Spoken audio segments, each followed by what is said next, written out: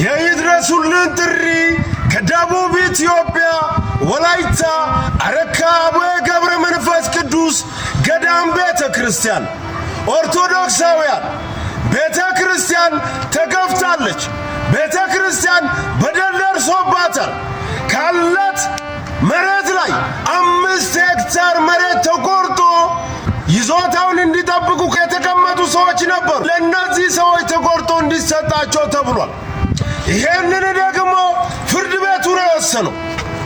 ቤተ ክርስቲያን ከራሷ ይዞታ ላይ 5 ሄክታር ቆርጣ ትስጥ ብሎ ይሄንን ፍርድ ቤቱ ወስኗል። እናም ያረካ ኦርቶዶክሳውያን ድረሱልን እያሉ ነው። ለዚች ቤተ ክርስቲያን ድምፁኑላት እባካችሁን እያሉ ነው። 5 ሄክታር ኦርቶዶክሳውያን አስቡ እንግዲህ ከቤተ ክርስቲያኗ ይዞታ ላይ።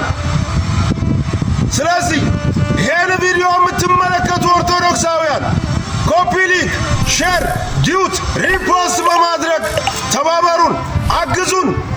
ሌሎች ቲክቶከሮች፣ ዩቲዩበሮች ለዚች ቤተ ክርስቲያን ድምፁኑላት። አዎ ቤተ ክርስቲያን እየተገፋች ነው በደቡብ ኢትዮጵያ ወላይታ አረካ ላይ። ስለዚህ ሁላችሁም ድምፁኑላት እያልን እንማጸናለን። ቤተክርስቲያን አንተውም ከቶ የሰጠንን በደሙ መስርቶ የሰጠንን ጌታ በመስቀሉ የአምላካችንን ቤት አንተውም ከቶ ሁሉንም በሁሉ ለሚሞላ ጌታ ሙሽራው የሆነች ዛሬ እንኖራለን፣ ነገ ደግሞ ሟችንን እንጠራለን። ስለዚህ ከኛ እንዳይቀር ትውልዶይ፣ ስለዚህ ድንበሪን ያንተ የአስከሬን ማረፊያ ቦታ የመቀበሪያ ቦታ ከዛሬ ጀምሬ አላየውም እንዳትል ዛሬ የቤተክርስቲያን መሬት የመላው ኦርቶዶክሳውያን ነው እንጂ የግለሰብ አይደለም። 50 ሺህ ካሬ ሜትር ከቤተክርስቲያን መሬት ተቆርጦ ይሰጥ የሚል የሕግ አንቀጽ የለም።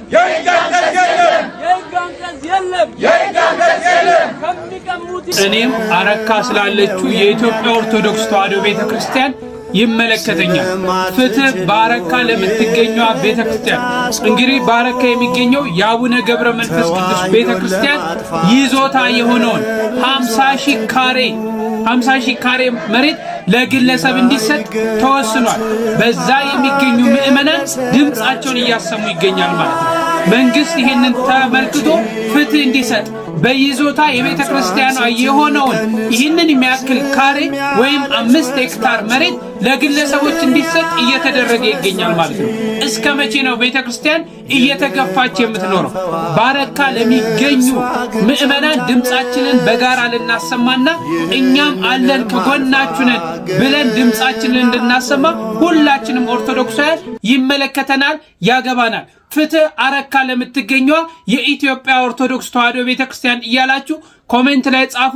ለብዙዎች እንዲደርስ ለሚመለከተው አካል ደርሶ መፍትሄ እንድናገኝ ደግሞ ኮፒ ሊንክና ሼር አድርጉት። አረካ ያለችው የኢትዮጵያ ኦርቶዶክስ ተዋሕዶ ቤተክርስቲያን የኔም ቤተክርስቲያን ናት።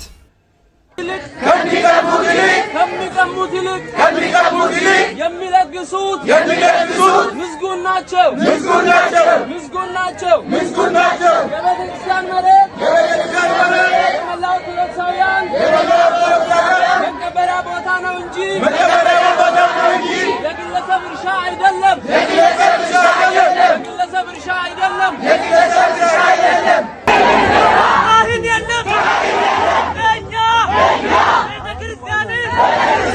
የሚነካ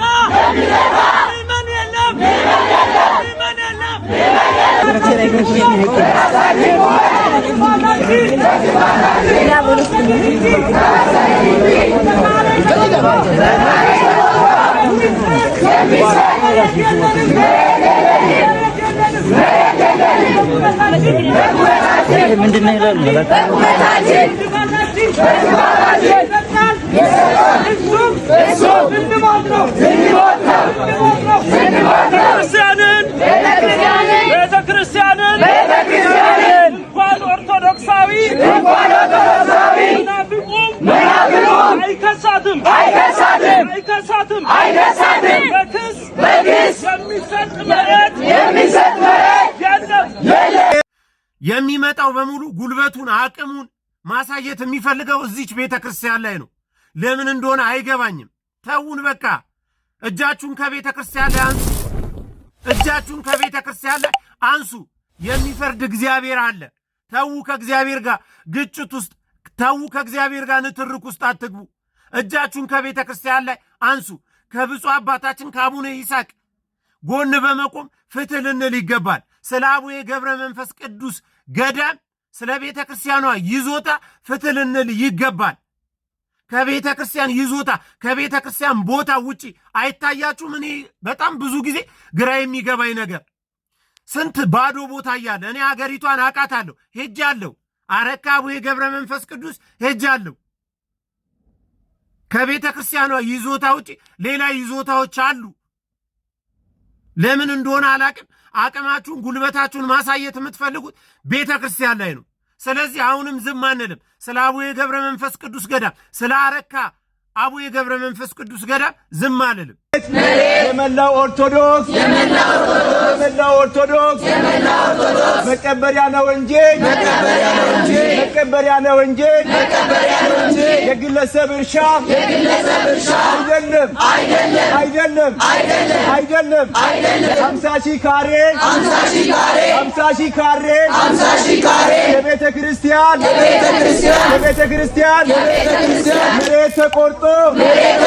መሬት ተቆርጦ ይሰጥ የሚል የሕግ አንቀጽ የለም።